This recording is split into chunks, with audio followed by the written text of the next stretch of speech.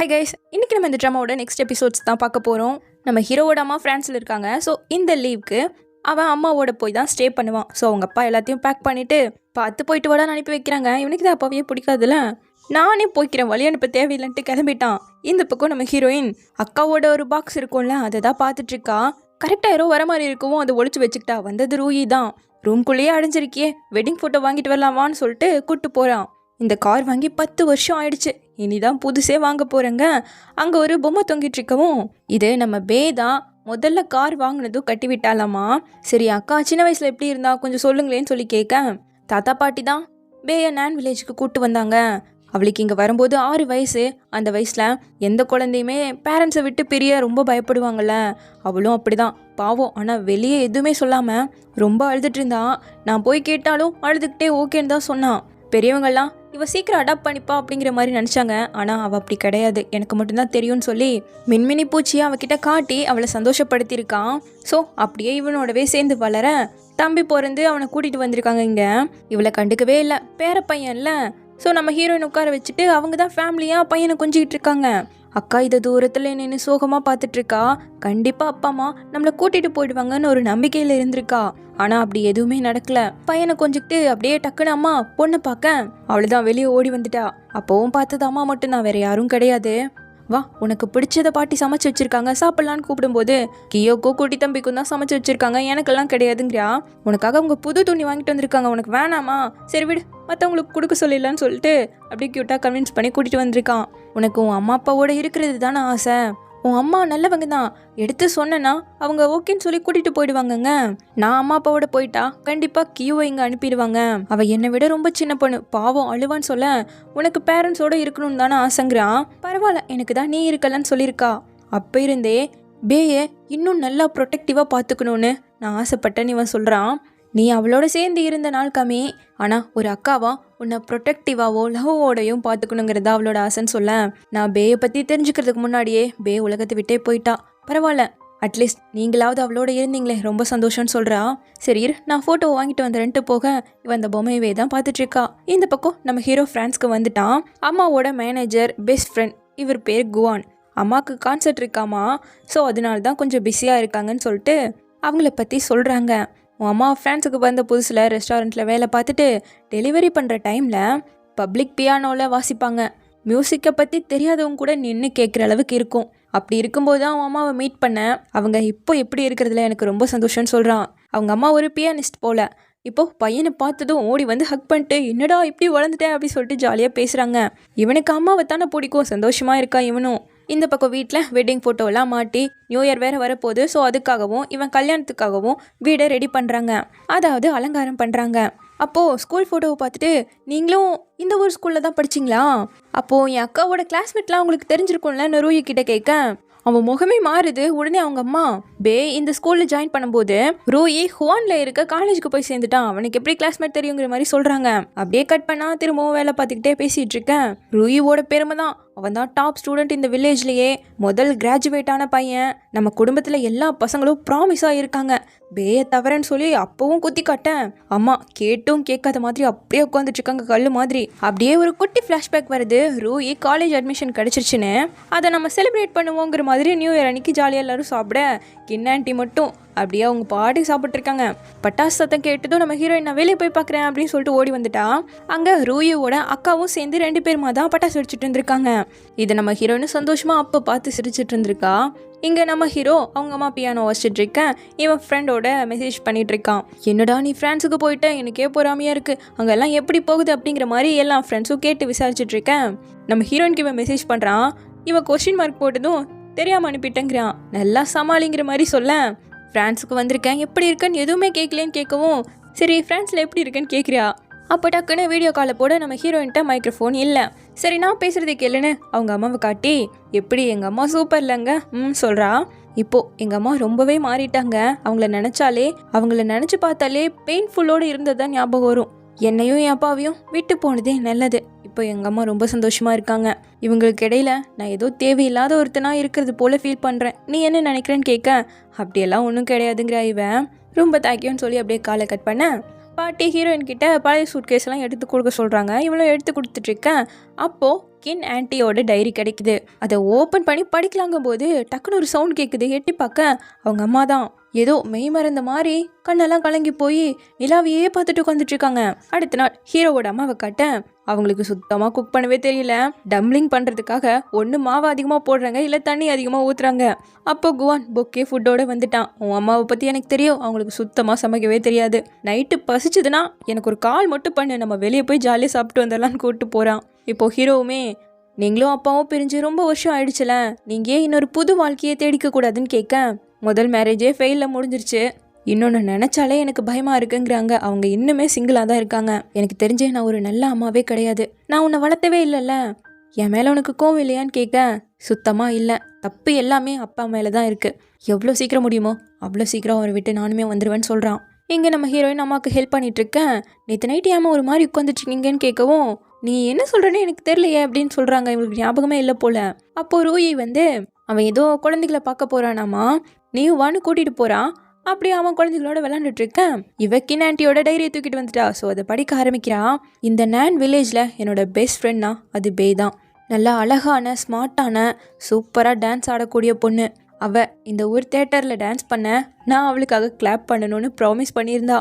So இப்படி சந்தோஷமாக தான் நாங்கள் வாழ்ந்தோம். ஒரு நாள் பே ஒரு சீக்ரெட்டை என்கிட்ட சொன்னான்.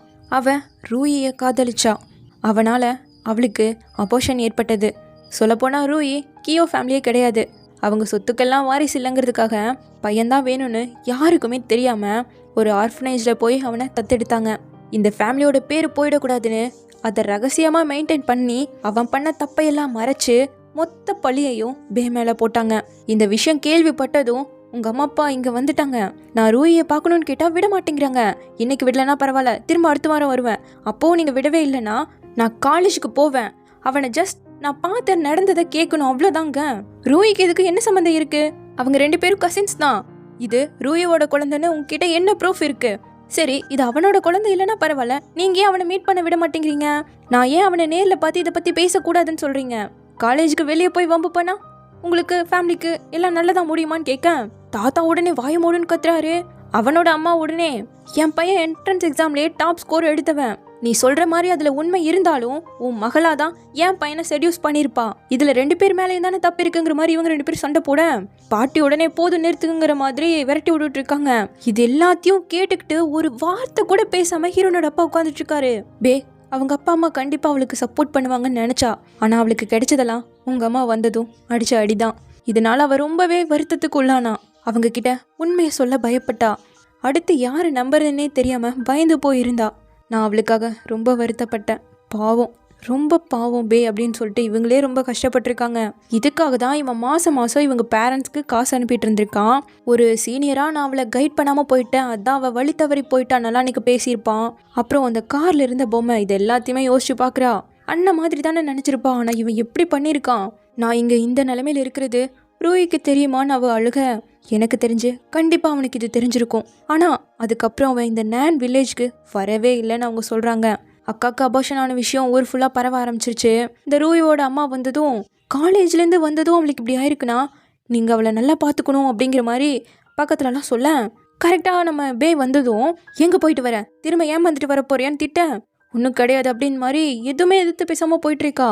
யாருக்கிட்டையுமே அதை அவள் எக்ஸ்பிளைன் பண்ணவே இல்லை. அதுக்கு பதிலாக எல்லாத்தையும் அவளே ஏற்றுக்கிட்டான்னு அதில் எழுதியிருக்கேன். நம்ம ஹீரோயினால் இதை பொறுக்க முடியல. எவ்வளோ நல்லவ வேஷம் ஆடிட்டு இருக்காங்க. இப்போ வீட்டுக்கு வந்து அக்காவோட பாக்ஸ்க்கு கீ கொடுத்து பார்க்க அவன் காரில் மாட்டியிருந்த பொம்மை எடுத்துகிட்டு வந்திருக்கா. அது கீ கொடுத்ததால டான்ஸ் ஆடுது. ஸோ இந்த கிஃப்டில் இருக்கிறது அவன் தான் கன்ஃபார்ம் ஆயிடுச்சு. இவங்க எல்லாரும் தான் அவளோட இறப்புக்கு காரணம். இப்போது நைட் எல்லாரும் சாப்பிடும்போது நம்ம ஹீரோயின் 2 நாளாக வெளியே வரலையாம்மா. கெஸ்ட் எல்லாம் வீட்டுக்கு வருவாங்க, நியூ இயரில் வெளியே வரணும் பேசணும் அப்படிங்கிற மாதிரி பாட்டியம்மா சொல்லிட்டு இருக்கேன். அவள் வீட்லேயும் அப்படி தான் அதிகமாக படிச்சுட்டு மட்டும் தான் இருப்பான்னு சொல்ல, நீங்கள் முன்னாடி இருந்த கிராமத்துலேயே இருந்திருக்கலாம்ல. கியோ ஒரு பொண்ணு, எதுக்காக அவளை ஹுவான்கெல்லாம் கூட்டிகிட்டு போய் படிக்க வைக்கிறீங்க? ஜின் ஒரு பையன் பரவாயில்ல, வெளியே போய் எல்லாம் படித்தா அவனுக்கு நல்லது. ஆனால் இவ ஒரு பொண்ணு இல்லை, அவளுக்கு ஏதாவது மோசமாக நடந்துருச்சுனாங்க ஹீரோயினுக்கு அப்படியே வெறி ஆகுது. உடனே அம்மா அப்படிலாம் இல்லை, என் பொண்ணு நல்லா படிப்பா, அவளோட ஃப்யூச்சருக்காக தான் இங்கே சேர்த்திருக்கேன். அவள் படிப்புலலாம் பெஸ்ட் தான், அவளை பற்றியெல்லாம் நான் கவலைப்படுற அளவுக்கு அவள் நடந்துக்கிறது இல்லைங்கிற மாதிரி சொல்கிறாங்க. உடனே அந்த ரூயோட அம்மா அவள் மனசில் என்ன ஓடுதுன்னு யாருக்கு தெரியும், அதிகமாக 16-17 வயசுல உள்ள பொண்ணுங்க தான் வழி மாறி போகுது, அப்படி கியோவும் வழி மாறி போகிறதுக்கு வாய்ப்பு இருக்கு, நல்லா அவளை கேர்ஃபுல்லாக பார்த்துக்கோங்கன்னு சொல்ல. ஆனால் எங்கள் அக்கா இந்த வில்லேஜில் தானே வளர்ந்தா, அவளை வழி மாற வச்சது யாருன்னு கேட்குறா. நாங்களாம் அவளை எங்கள் மக மாதிரி தான் பார்த்துக்கிட்டோம், ஊரில் இருக்க எல்லாருக்குமே இது தெரியுமே, அவளை தப்பாக கைட் பண்ணி வழி மாறி போயிட்டான்னு நீ சொல்கிறனா கிண்டா அவளை பார்த்துக்கிட்டா, ஸோ அவன் மேலே தான் தப்புங்கிற மாதிரி சொல்ல. இப்போ எதுக்கு ஏன் வாயை பிடுங்குறங்கிற மாதிரி தான் இவரோட ரியாக்ஷன் இருக்கு. ரூயி, உங்கள் அம்மா சொல்கிறது எல்லாமே உண்மையா? என் அக்கா வழி மாறி போனதுக்கும் உனக்கும் எந்த சம்மந்தமும் கிடையாதான்னு கேட்க, வெளியே போய் வேணா கேட்டுப்பாரு, ரூயி மேலே ஒருத்தர் கூட தப்பு சொல்ல மாட்டாங்க, எவ்வளோ பெரிய ஃபேமிலி இவனை கல்யாணம் பண்ணிக்கிறதுக்காக வந்திருக்காங்க, அந்த அளவுக்கு என் மகனுக்கு திறமையும் நம்பிக்கையும் இருக்குங்காட்டி தான் அவனுக்கு இவ்வளோ பெரிய ஃபேமிலியில் கல்யாணம் நடக்குது. நம்மளே நம்ம ஃபேமிலியை பற்றி இப்படி சொன்னால் வெளியே என்ன பேசுவாங்க, இதில் அப்பா கிட்ட வேற நீ தானே குடும்ப தலைவன், நீ ஏதாவது சொல்லணும் இல்லைங்க, பெரியவங்க கிட்டலாம் இப்படி பேசக்கூடாதுமாங்கிறாரு. பே இங்கே வர்றதுக்கு முன்னாடி ரொம்ப சாஃப்டாகவும் ஜென்டிலாகவும் தான் பேசுவா, அவள் திடீர்னு மாறி இருக்கானா அவளை யாரோ வழி மாற வச்சிருக்காங்க, இறந்தே போயிருக்கா, அதுக்காக பாஸ்ட்ல எதுவுமே நடக்கலன்னு மட்டும் சொல்லாதீங்கங்க, அவங்கப்பா போதும் நிறுத்து அப்படிங்கிற மாதிரி கத்துறாரு. உடனே ரூயேவும் கியோ மேலே யாரும் கோவப்படாதீங்க, பாவம் அப்படி பேசுறா, உங்கள் அக்காவுக்கு இப்படி ஏற்படுறதுல எனக்கும் பெரிய வருத்தம் தான், பட் நம்ம பேயை நல்ல விதமாக ஞாபகம் வச்சுக்கணும்னு தானே அவ்வளோ ஆசைப்படுவா, நடந்து முடிஞ்சிடுச்சு, திரும்ப அதை நோண்டாத, அமைதியாக விடு அப்படிங்கிற மாதிரி சொல்கிறான். பண்ணுறதையும் பண்ணிட்டு அமைதியாக விடுங்கிற மாதிரி கோவத்தில் கழுவிட்டு இருக்க, அவங்க அம்மா வந்து அவனுக்கு கல்யாணம் நடக்க போகுது, அது வரைக்கும் கொஞ்சம் வாயை மூட்டு இருங்கிறாங்க. இந்த கிராமத்திலேயே முதல் பட்டதாரி இவன் தானாமா, உனக்கு வேலை வாங்குறதுக்கு கூட அவன் ஹெல்ப் தேவைப்படும், அதனால கம்மன் இருங்கிறாங்க. அவன் நம்ம பேக்கு பண்ணதுக்கு நீங்கள் என்ன பண்ண போகிறீங்கன்னு கேட்க, அப்படியெல்லாம் ஒன்றும் கிடையாது, நீ லூஸ் மாதிரி பேசாதங்கிறாங்க. நம்ம ஹீரோயினுக்குலாம் தெரியும், அதனால உனக்கு தெரிஞ்சாலும் தெரியாத மாதிரியே இருந்துக்கோ, பேயோட பேர் ஆல்ரெடி கெட்டு போயிடுச்சு, இதில் ரூயேவும் சம்மந்தப்பட்டிருக்கான்னு வெளியே தெரிஞ்சா அவன் வாழ்க்கையும் போய் மொத்த நம்ம ஃபேமிலியோட மானமும் போயிடும். என்னமோ பேசுறீங்க, இந்த ஃபேமிலியில் யாருமே இன்னசென்ட் கிடையாது, நம்ம பே மேலே மட்டும்தான் தப்பு சொல்கிறாங்க, அவளுக்கு ஜஸ்டிஸ் கிடைக்கணும் இல்லைங்க, வேணாம் அப்படிப்பட்ட ஜஸ்டிஸே தேவை கிடையாது, எல்லாத்தையும் நம்மளால நியாயப்படுத்த முடியாதுங்கிற மாதிரி உன்னை ப்ரூவ் பண்ணணும்னா நல்லா படிச்சு காட்டு, அது போதும்னு சொல்கிறாங்க. இந்த பக்கம் அப்பா கிட்ட அவங்க அண்ணன்கார தான் ரூயோட அப்பா, நம்ம எல்லாம் தான் ஒரே குடும்பம், உன் பொண்டாட்டி வெளியாளு, பாத்தியா அவள் வளர்த்த கியோ எப்படி பேசுகிறான்னு, எப்போவோ நம்ம தான் ஃபேமிலி, உன் ஒய்ஃபு வெளியாளு, இதை நல்லா புரிஞ்சுக்கோங்கிற மாதிரி சொல்ல, அதுக்கும் சரின்னு தலையாட்டிட்டு இருக்காரு. இப்போ அம்மா வந்து எதுக்காக குடிச்சு உடம்பை கெடுத்துக்கிறீங்க, இதெல்லாம் நல்ல பழக்கமானு சொல்லி திட்டினா அதுக்கும் சரின்னு தலையாட்டிட்டு இருக்காரு. இந்த மனுஷனை என்ன சொல்கிறதுன்னு எனக்கு தெரியல. இப்போ அடுத்த நாள் ஃபே வந்து வெட்டிங் ட்ரெஸ்ஸை வாங்கிட்டு போகிறதுக்காக வந்திருக்கான். பேயோ இருந்தால் உனக்காக ரொம்ப சந்தோஷப்படுவாள்லங்க. ஆமாண்டா, நான் தான் அவளை சரியாக பார்த்துக்காம விட்டேன்னு இவன் சொல்ல சொல்ல அப்படியே ஹீரோனுக்கு வெறி ஆகுது. பரவாயில்ல விடு, பாஸ்ட்டை பேசி என்ன பண்ணுறதுன்னு கிளம்பும்போது நம்ம ஹீரோன் ஓடி வந்து இந்த வெட்டிங்கை நீங்கள் அட்டன் பண்ண போகிறீங்களான்னு கேட்க, ஆமாம் கண்டிப்பாங்கிறா. ஒருவேளை நீங்கள் இந்த வெட்டிங்கை அட்டன் பண்ணுறது பேக்கு விருப்பம் இல்லைன்னு சொன்னால் ரூயி தான் பேக்கு அநீதி பண்ணவன், அவளை ஃப்ரெண்டாக நினச்சிங்கன்னா கண்டிப்பாக நீங்கள் இதுக்கு வரக்கூடாதுங்க, நீ தப்பாக புரிஞ்சிட்ருக்க, பே திடீர்னு இறந்து போயிட்டாதா, அதுக்காக எல்லார் மேலேயும் தப்பு சொல்லிட முடியாது, நீ இப்படி அவள் பேரை வச்சு ரூயி பேரை கெடுக்கிறது தெரிஞ்சாலே கண்டிப்பாக அவள் வருத்தப்படுவான், நல்லா சொல்ல, உங்களுக்கு தான் எதுவுமே தெரிலன்னு சொல்லிட்டு அப்படியே ஓடுறா. இவன் சொன்னது அவங்க அம்மா எல்லாத்தையும் நியாயப்படுத்த முடியாதுன்னு சொன்னாங்களே, இதெல்லாம் அப்படியே மனசுக்குள்ளே போட்டு ஓட்டிக்கிட்டே இருக்கா.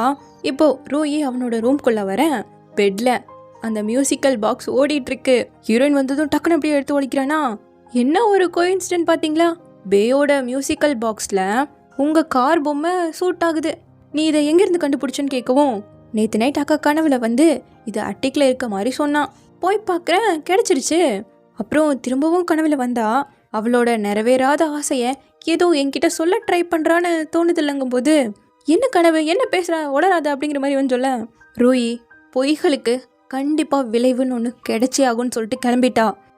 இவன் என்ன பண்ணுறதுன்னு தெரியாமல் அதில் ஒட்ட வச்சு இந்த ஃபோட்டோவை எடுத்து கிழிச்சு போட்டுட்ருக்கான். அடுத்த நாள் கல்யாணம் வேறு நெருங்குதுன்னு சொல்லி வீட்டை சூப்பராக அப்படியே ரெடி பண்ணிகிட்ருக்காங்க. இந்த பக்கம் ஹீரோவோட அப்பாவை காட்ட அவங்க கேர்ள் ஃப்ரெண்ட் பிளைண்ட் டேட்கே போக மாட்டேங்கிறாங்க அப்படின்னு சொல்லி ஒரு நர்ஸ் அப்பா கிட்டேயே கம்ப்ளைண்ட் பண்ண, அப்படி பிளைண்ட் டேட்டுக்கு போனால் நல்ல பையன் கிடைச்சா போனதில் தப்பு இல்லை எங்கவும், அப்போ சரி இதோ போகிறேன் அப்படின்னு சொல்லிட்டு கிளம்பிட்டாங்க. இப்போது நியூ இயரில் ஸோ ஹீரோவும் ஹீரோயினும் மெசேஜில் ஹாப்பி நியூ இயர்னு சொல்லிக்கிறாங்க.